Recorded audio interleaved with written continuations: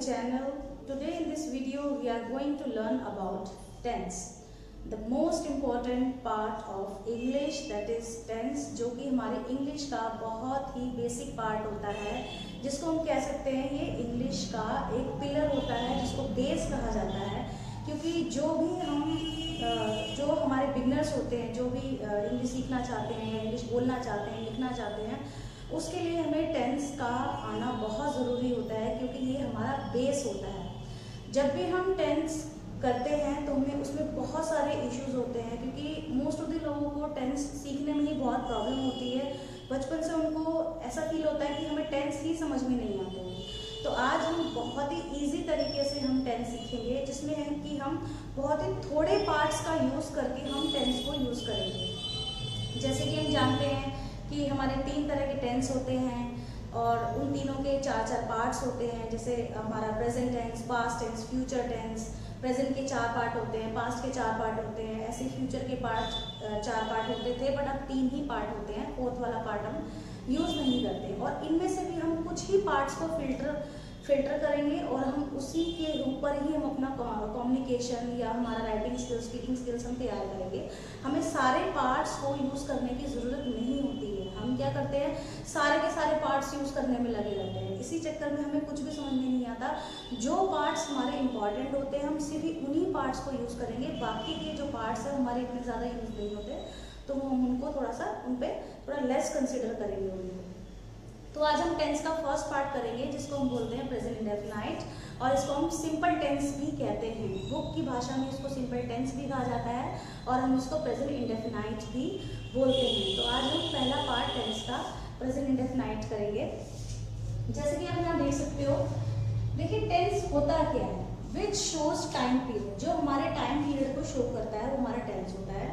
Present tense, past tense, future tense, ये हमारे 3 part होते हैं, इनके 4 पार्ट्स होते हैं। अब हमारा फर्स्ट पार्ट आता है प्रेजेंट इंडेफिनाइट, जिसको हम सिंपल टेंस बोलते हैं। और ध्यान रखना, हर पार्ट की 6 फॉर्म्स होती हैं, चाहे वो हमारा प्रेजेंट इंडेफिनाइट हो, कॉन्टिन्यू हो, परफेक्ट हो, पास्ट हो, फ्यूचर हो, कुछ भी हो, हर पार्ट की 6 फॉर्म्स होती हैं। Simple, negative, interrogative, interrogative plus negative, WH family, WH family plus negative. यही 6 फॉर्म्स हमारी मेन होती हैं। अगर हमारी ये 6 फॉर्म्स तैयार हो गई तो फिर हमारे लिए इंग्लिश लिखना बोलना बहुत ही आसान हो जाएगा। तो हमारी पहली फॉर्म आती है सिंपल। अब हम यहाँ पे ये पहचानेंगे कि प्रेजेंट इंडेफिनाइट को हम रिकॉग्नाइज कैसे करेंगे कि प्रेजेंट इंडेफिनाइट है। ये भी एक मेजर इशू आता है कि कैसे पहचानेंगे कि इंडेफिनाइट है, कॉन्टिन्यू है, परफेक्ट है, पास्ट है।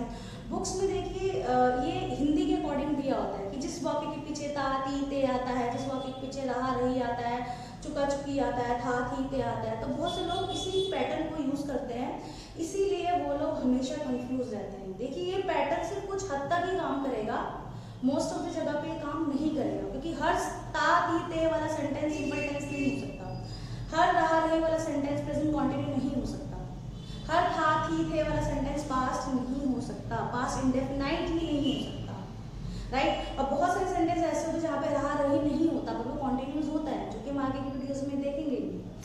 तो प्रेजेंट इंडेफिनाइट क्या होता है, which shows habit and routine. जो हमारी हैबिट को शो करता है, रूटीन को शो करता है, हमारा सिंपल टेंस यानी कि प्रेजेंट इंडेफिनाइट होता है। अगर मैंने बोला कि मुझे बर्गर पसंद है, अब इसके पीछे ता, ती, ते नहीं आ रहा, पर ये मेरी हैबिट को शो कर रहा है, तो this is present indefinite.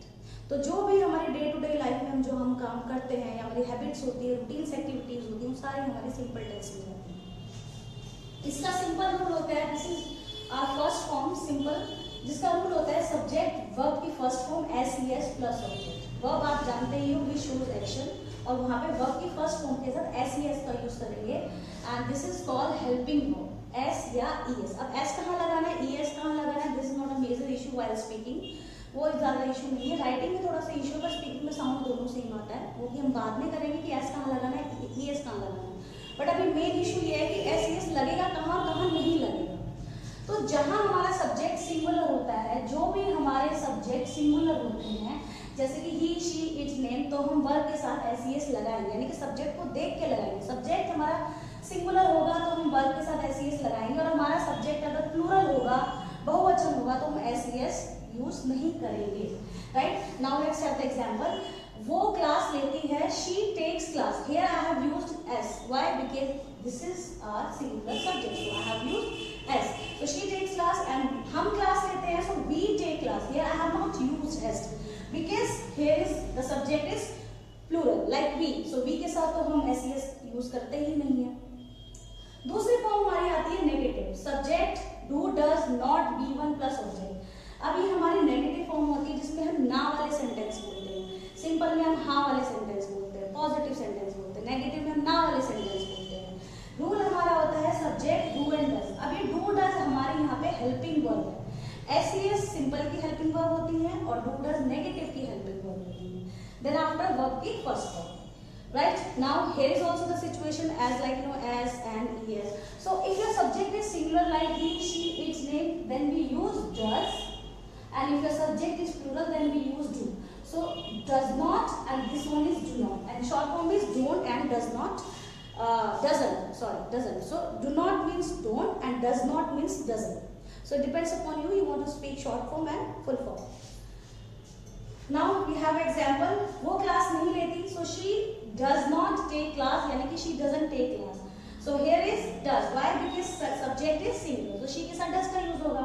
And हम क्लास नहीं लेते, so we do not take class, here I have used do, why? Because subject is plural we, so we के साथ do का यूज होगा। So we don't take class.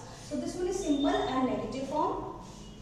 This one is third form which is interrogative, जिसका use होता है questioning करने में, confirmation लेने में, राइट? सिंपल हमारे पॉजिटिव सेंटेंस को डिनोट करते हैं, नेगेटिव हमारे नहीं वाले सेंटेंस को डिनोट करते हैं, and the third form is interrogative, जो हमारी यूज होती है क्वेश्चनिंग करने में, यानी कि कंफर्मेशन लेने में। जैसे कि आप मुझे जानते हो, आप नॉनवेज खाते हो, आप वहाँ जाते हो, आपको इंग्लिश आती है, राइट? तो ये इसमें हम कंफर्मेशन ले रहे हो। बुक में सेंटेंस दिया होता है कि क्या आप वहाँ जाते हो, क्या आप मुझे जानते हो। अब डजंट मैटर आप क्या आप मुझे जानते हो, हम इस तरह से हिंदी भी कभी नहीं बोलते हैं, इसीलिए बच्चे कंफ्यूज रहते हैं क्योंकि वो बुक्स नहीं पढ़ते, क्या आप मुझे जानते हो, अब यहाँ पे क्या आ गया तो वर्ड क्यों नहीं लगाया, और सेंटेंस में हम डू और डज से स्टार्ट कर रहे हैं, क्योंकि ये डब्ल्यूएच फैमिली वाला वर्ड नहीं है, ये सिर्फ कंफर्मेशन के लिए यूज किया जा रहा है, राइट? जैसे कि इसका रूल होता है, हमारी हेल्पिंग वर्ब डू डज आगे आ जाएंगे, सब्जेक्ट पीछे, वर्ब की first form and object.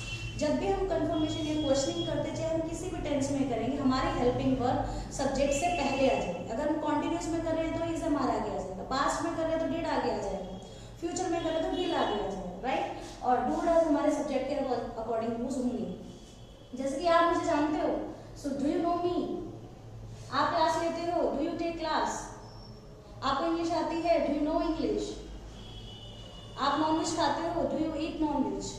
And fourth form is intro plus negative, जिसमें हम क्वेश्चनिंग भी कर रहे हैं और नेगेटिव भी हम कर रहे हैं, हम खुद से ही सवाल कर रहे हैं, खुद से ही मना कर रहे हैं, कह सकते हैं थोड़ा सा इसमें टोंटिंग वाला फील आता है, उसके लिए हम इंट्रो प्लस नेगेटिव का यूज करते हैं, जिसमें नॉट ऐड हो जाएगा, सिंपल सेम रूल रहेगा, सिर्फ नॉट ऐड हो जाएगा, सब्जेक्ट के बाद नॉट ऐड हो जाएगा। And it depends upon you कि आप नॉट को सब्जेक्ट के बाद लगाना चाहते हैं या हेल्पिंग वर्ब के साथ लगाना चाहते हैं, क्योंकि बुक में सब्जेक्ट के बाद दिया होता है, बट स्पीकिंग में हम लोग नॉट को हेल्पिंग वर्ब के साथ ही यूज कर लेते हैं, because it is very easy to speak. तो दोनों तरीके हैं आपके पास, दोनों तरह से आप बोल सकते हो। Now let's have the example कि आप मुझे जानते हो, डू यू नो मी, और आप मुझे नहीं जानते, ये this one is intro plus negative, so do you not know me. And another example means another way, don't you know me, यानी कि मैंने यहाँ पे नॉट का यूज हेल्पिंग वर्ब के साथ ही किया। So we have both ways, हमारे पास दोनों तरीके हैं, do you not know me and don't you know me. और दूसरा तरीका हमारा बोलने में थोड़ा आसान होता है, वो अच्छे से बोला भी जाता है, बोलने में भी बहुत ही फ्लुएंट रहता है और इजी भी रहता है। बाकी चॉइस आपकी है, कुछ भी यूज कर सकते हो। So today we have completed our 6 forms of simple tense. Next video में हम बाकी की रेस्ट ऑफ द 2 फॉर्म करेंगे, जो कि हमारी डब्ल्यूएच फैमिली वर्ड्स पे बेस्ड होंगी, क्योंकि उसमें why, what, where, why, who, whose, इस तरह के क्वेश्चंस हमारे उसमें आते हैं। तो हम नेक्स्ट जो हमारी 2 फॉर्म बनेगी वो डब्ल्यूएच फैमिली पे बनेगी, जो कि हम नेक्स्ट वीडियो में अपनी कंप्लीट करेंगे।